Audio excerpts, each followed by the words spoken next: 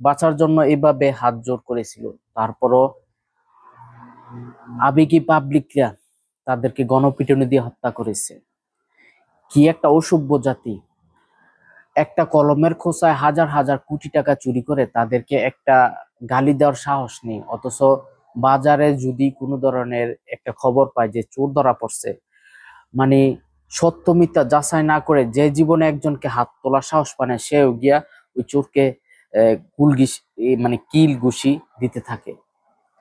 মানে তারা এতটা আবেগী এইসব।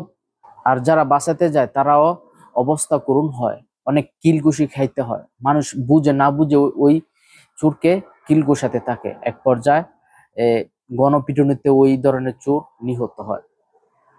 তো আপনাকে কে অধিকার দিয়েছে তাদেরকে মারার জন্য? সে যদি দোষী হয়ে থাকে তাহলে তাকে প্রশাসন হাতে তুলে দিন। এভাবে একটা প্রাণ নেওয়া ঠিক না।